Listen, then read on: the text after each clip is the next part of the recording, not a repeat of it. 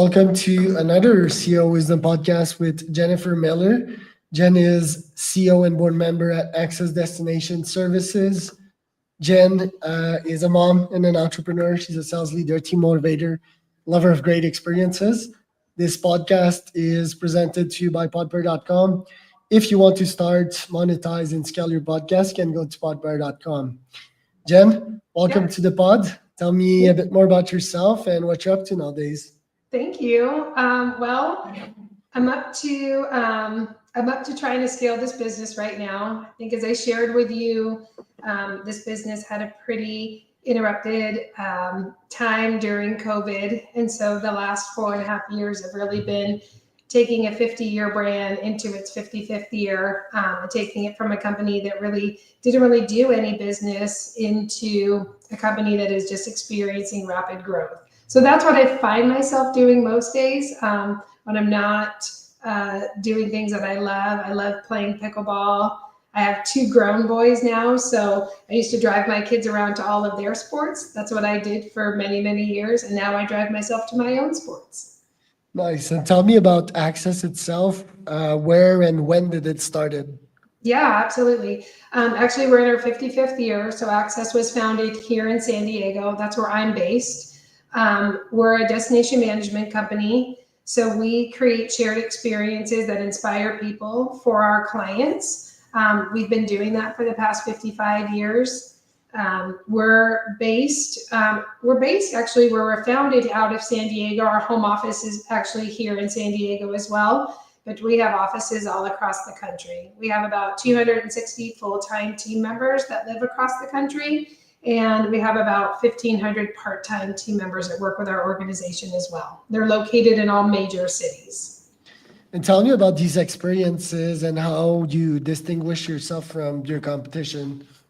Yeah, we distinguish ourselves. Well, let me first start by that. We distinguish ourselves really in a few different ways. Our ownership structure is a big distinguishing factor for us. We're one of a few national brands, and so we're able to service our customers across the country wherever they go. We're owned privately. We're majority female held as well as female led, which is a unique thing in our industry.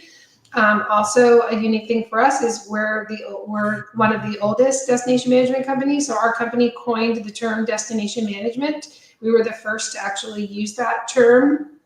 And I would say our service scores, when I started with this company, you mentioned 26 years. When I started with this company, we were about a $5 million organization. We've grown north of $150 million. And one of the things we do well is we service our customers really well, but we survey each client that works with us. Today, we get about 88% of our surveys back, which is over 1,000 surveys a year. But really, surveys aren't super innovative of themselves, but how we use them to scale our growth to make sure that we're providing really the best service to our customers. And that's really something that's threaded throughout our entire organization. But the types of experiences that we provide to our customers is anything from one day, one service to full. We have customers who will come in and they'll do multiple waves because their organizations are so large. So sometimes we'll work with customers on events that will last up to 2 months. Sometimes they last a day. We're doing anything from, taking clients to things like national parks or, big historical events that happen in a city. And we're just creating an experience. It's something that a guest shouldn't be able to come into any one of our cities and experience on their own. That's what we're known for. Wow. And how does one stay 25 years with the same company? And how do you scale from 0 to 150 million during that time frame? All right, I'll tackle the first one. How did I stay here for 26 years? I stayed here because I love what I do, and the opportunity of growth was just abundant in front of me. So I say to a lot of team members, I didn't come in here looking to be the CEO of the organization. I think I tried to be always willing and able to do what maybe those around me wouldn't or couldn't do. And I think that provided a certain amount of growth for me. But I started as an entry-level team member. I'm the third CEO of this company and the first female CEO. Our company was founded by Phil Lee, his son, then took over the company and I took it over from there. Today, I co-CEO the company with two of my business partners, Heidi Brown and Danielle Fippen. Go ahead. The second one, the scale factor. It's very hard to scale a company. Like 99% will fail, right? So how did you do it? I think what we did was you had a group of business owners came back together and really took the company out of COVID. So at COVID was the great leveler in our industry. For the hospitality industry, for the first times, you had hotels that had to put locks on the front doors because they never closed their front doors. That was actually really that was true to a lot of businesses. So it just leveled every business. What we did was we invested, we kind of took, what Warren Buffett says, invest in something when everyone's pulling their money out. So what we did was we really capitalized this business so that we could invest in it. The investment was really in people. So the investment for us has been around making sure that we're hiring the very best people and scaling those people, providing them with tools for growth. And I think we've done it really systematically. We've had like I said, we came into a 50-year brand. We were all part of this brand before we took over ownership of it, but we did it through it was really simple. We just hired really good people and got out of their way and let them do great things. And it seems to me that you're a selling CEO right now. Like, how do you manage both responsibilities? Yeah, I also oversee. So it's a really dynamic business. The destination management industry is. There's a lot of details. That we do over 1,000 events every year, and so there's a lot going on.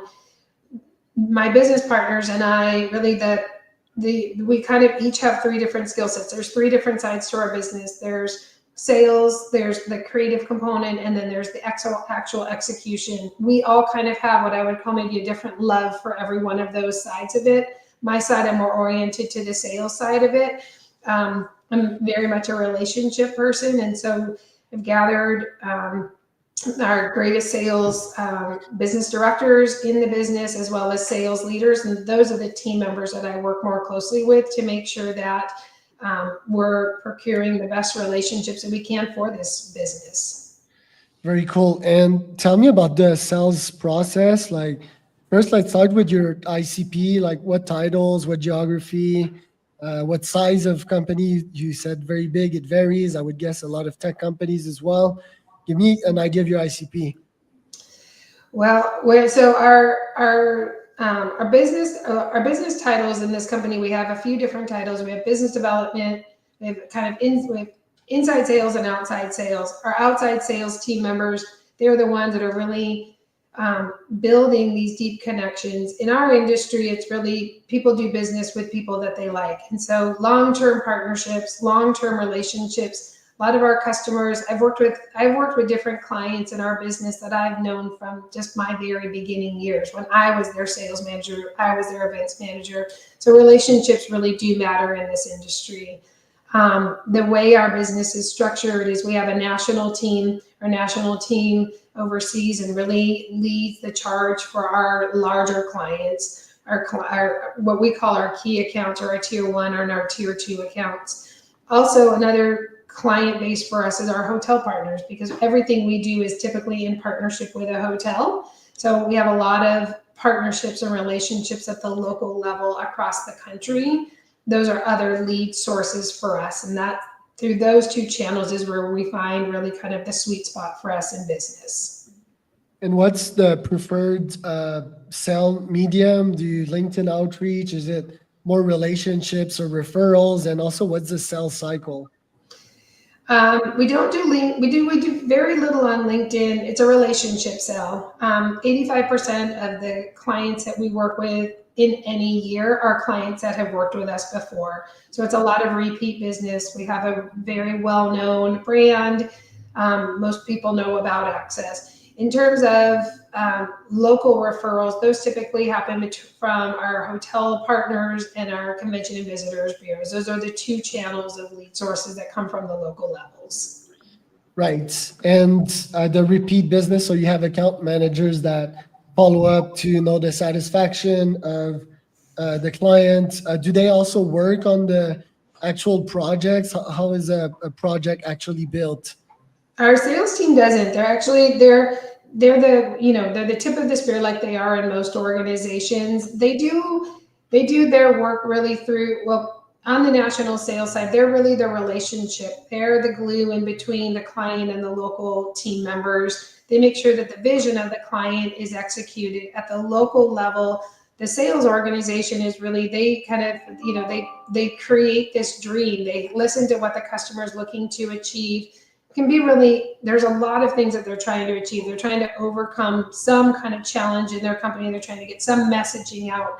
So to the extent that they can really understand and empathize with what the stakeholder of that meeting is trying to accomplish, they work with them and the local creative team to build that vision, that, to create something or trying to transform either a space or a message is what the creative team does.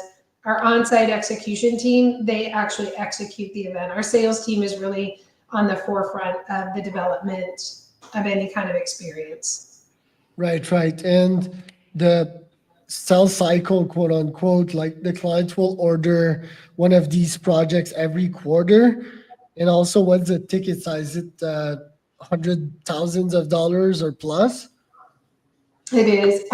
So we don't, we do a lot of annual events. So sales kickoff meetings, incentive trips, types of meetings that a lot of our most of our clients have. We do a lot of annual events. We see a lot of at Access, a lot of our clients, they can work with us for 10 different years and they build a team and that team kind of follows them around the country to wherever they go. An average invoice for us, these days, and I would say post-COVID has been interesting because clients are actually spending more today than they ever have on really making sure that they're not only just celebrating their clients and their team members, but they're kind of growing in the services that they're offering to them. And an average invoice for us is well north of $100,000. We have clients that spend millions of dollars to put on a one-night event or millions of dollars to present kind of a week-long experience for their guests.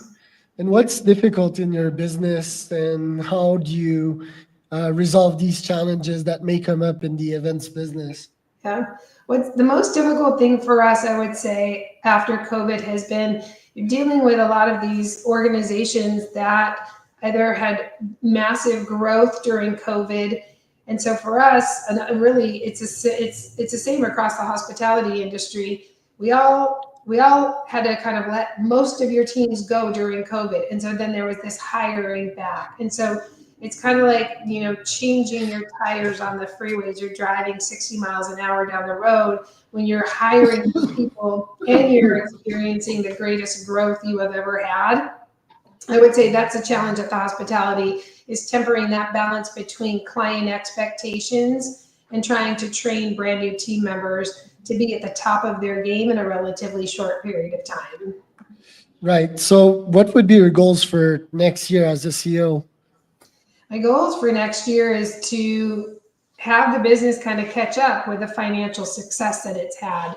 And so some of our goals, we've had to implement a lot of things around technology. AI is a big part of our space right now. So trying to figure out how to use AI in a way that keeps the integrity of the services that we provide to our clients, the intellectual property that we provide to our clients. We're also trying to figure out how to take the technology platform and create an internal operating system. That's probably our biggest challenge right now. We have a lot of, whether it's our CRM or our accounting software, all of these components that don't quite speak to each other yet because we were adding things as we were growing. Really kind of creating an internal operating system is, I think, our biggest challenge next year. And how are you integrating AI currently in the business? We're incorporating AI into our business really through imagery. It helps create visuals that our clients can see how things would look, how they would lay out. The integrity piece comes in when you have to fabricate what AI has given to you as an image, coming back and actually through that fabrication and replicating something that meets everyone's expectations on site. Do you feel like you've gone over the stress of like managing events? Because every time I've organized events myself, like my wedding, for example, even if we had someone to help, it was always like last minute and stressful details. Does one eventually get over that after 26 years? If you're great at what you do, you get past that. Because think about it. You managed your wedding one time, and so everything was new to you. You didn't know what you didn't know, and that's why most people we're a luxury service. Most clients can find the venues that we hire. They can find a caterer. They can find a transportation company. They can find whatever we provide to them. It's the relationships that we have with our suppliers that really help create that magic. So like I said in the very beginning, we should be able to create an experience that your guests can't come to San Diego or Los Angeles or New York City and provide on their own. That's the level that our clients are expecting of us. But it's through systems. We have systems in our company. Everything is systemized so that hopefully there's things that will slip through the cracks. It's a people business, right? So a van is going to go to the wrong place. Like someone's going to get a wrong delivery time or a delivery date that kind of shifts the way a lot of you that you work. If you've ever like built a house or remodeled a house, everything relies on one guy to do something so that the next guy can do the next thing and the next thing and the next thing. Live events is very much like that. You don't get to pause a live event and say, hold on, start over, we're going to do this again. So everything has to have kind of a timeline and a flow in order for it to be successful. Right. Looking at your video, it made me think of Cirque du Soleil. I went to see them 2 weeks ago and it was fantastic. It was like really a VIP experience and all. What other brands or books or authors are you studying nowadays, and what lessons have you learned from them? Oh, my favorite book right now, and I'm on my second time reading it, is Change Your Paradigm, Change Your Life. And it talks a lot about the subconscious mind and how that governs how we think, why we make decisions, why we do what we do. And when we're in a people business, so we deal with the psychology of people all the time. So I love that book. I think that's one of my favorites. We have a business coach that we work with really closely here at Access. He trains. He puts all of our leaders through a year-long program. And his book that's called Dear Human, Please Master Your Emotions. That's by Mark Youngblood. That's also another really good book, but it's about the psychology of people. Very nice. Yeah. Rest in peace, Bob Proctor. Yeah. Glad that you have a coach as well. I went seeing Tony Robbins actually yesterday for 4 days in New Jersey. Oh, that was fantastic, I bet. Yeah. Well, What did you get out of it? What did you take away? Well, it's me. I've done so many of these things, and I have my own masterminds. I had probably like 25 or 30 coaches over the years. So I was sick. That didn't help, but I wasn't impressed. It's like because Unleash the Power Within is basic stuff, It's not like business mastery, which I think was the one I should have bought.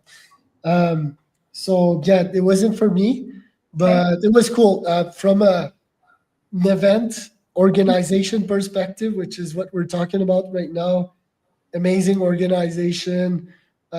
Tony has like the music, the noise, the attention to a level like no other. That guy has mastered that to a science, right? Like the emotional impact and just leading the crowd, right? So that was super impressive. Have you ever been to one of these? Early on in my career, I did go to one of them, and actually we've hired people from his organization. It's a lot of, you're right, it's a lot of flash. It's a lot of, but I think probably at a certain level that content may not keep up with every level of executives. Yes, the service was amazing. I think like one of the insights that I've seen in Tony or Cirque du Soleil or any Michelin restaurants that I've been is that they have like two waiter for one person. I mean, it's not literally the case in Tony, right? Because there's literally 12,000 people. That's quite impossible, but there's always someone to serve you, to guide you. And most of it is clear. So yeah, I was super impressed with that. You know, we just did our client event in Chicago, and we took our top 10 clients to Chicago. We really wanted to create an experience that they wouldn't otherwise get in Chicago, right? All the things that you're used to doing, the architect tour and all of that stuff.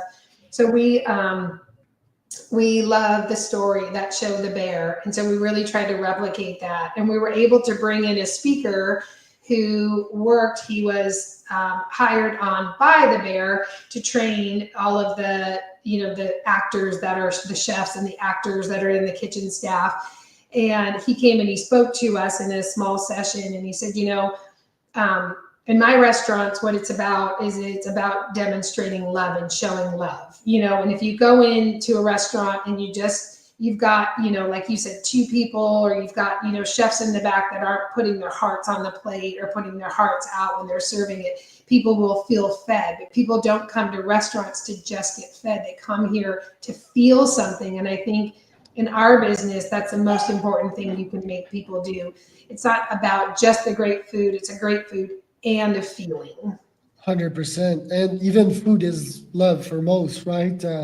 Food is a top love language for a lot of people. So yeah, very much agree with all of that. And in today's society, yeah, people are stressed. They don't get enough love. So Right. yeah, love as a service, you can monetize that for sure. Jen, where can we find out more about you and Access? You can find out more. We have a great website. It's www.accessdmc for destinationmanagementcompany.com. You can find me on LinkedIn.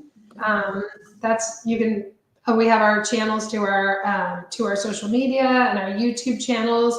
Our YouTube channels will show you the types of events that we produce. It'll give you a sense of what it's like to work at Access. We're actively recruiting team members, so a lot of our social media really shows our team what it's like to be a team member here at Access. Thank you so much. That was Jennifer Miller and Charles Cornell.